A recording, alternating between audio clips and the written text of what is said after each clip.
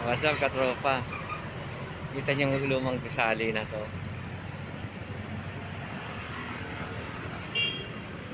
Ito yung madalas noon kainan ni Rizal noon sa Binondo. Kaya lang hanggang ngayon nakatayo pa oh. Pero halos luman-luma na. Nabanggit niya to sa libro niya eh.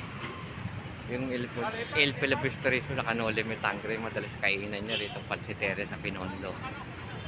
Hanggang ngayon nakatayo na. Ibig sabihin mga katropa, halos 200 years na tong lugar na to. Pero hanggang ngayon hindi pa ginigiba. National treasure na to.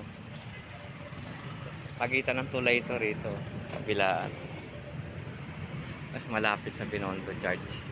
Yung Binondo Church yun. Tropa.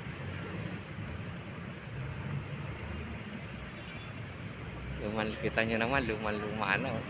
Pero kita yung structure yung mga materialis niya. Sinauna pa. Yan yung kahoy niya oh. Wala lang kayo makikita ngayon. Pati mga pintana niya na ganyan. Yan, oh. Kapis.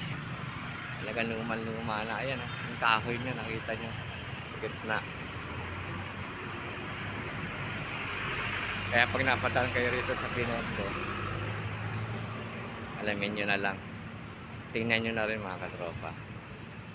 Luman-luma na oh. Ayan oh. Mga katropa, kahit paano napasyet ko kayo rin sa history natin ni Rizal. Hanggang dito na lang. Maraming salamat. Like, share, subscribe. Shoutout sa lahat ng viewers, subscribers. Ayan o. Kulang-kulang 200 years na po ng lugar na to. Yun sa Binondo. Maraming salamat. God bless.